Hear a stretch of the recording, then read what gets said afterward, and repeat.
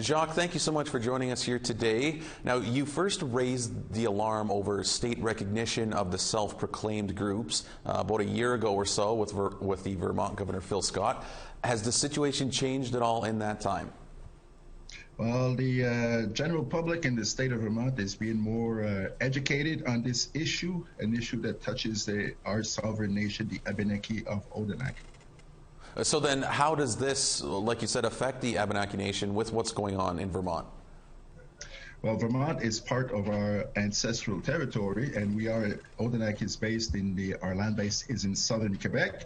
We are all part of this Indian Act and reservation system, colonial system. So we lost our traditional homelands, but we still are carekeepers of these traditional lands. And we have, in the state of Vermont, there was 4 groups that self-identified as Abenaki, my nation, the nation of my ancestors. And they are purely race shifting because they are of French Canadian descent, and they appropriated my culture, my heritage, the heritage of my nation. So for the integrity of my people, we are pushing to stop this travesty of a situation that's going down in Vermont. Well, the conference last week specifically addressed this issue. What did the speakers at the conference say about everything?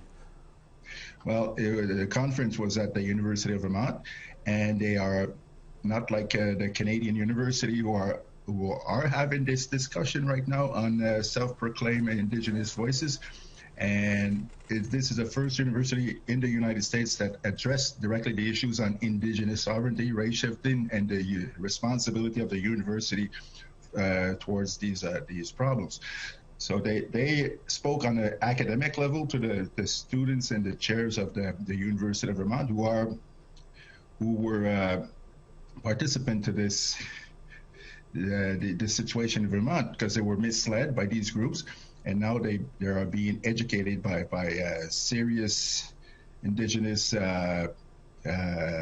speakers like Kim Talbert, and there was Chris Anderson and Brenda McDougall, who are references on this issue. So they were addressing the general public to let them know that there is a situation going down there, and you have a right as settlers and allies, future allies, to ask questions on identity.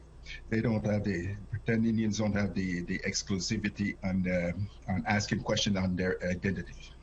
And Jacques, last one for you here. What would you like the state of Vermont to do about this?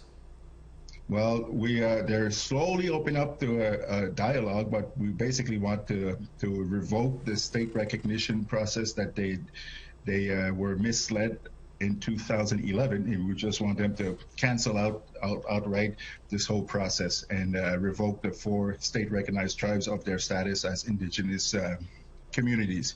That was all based on face claims.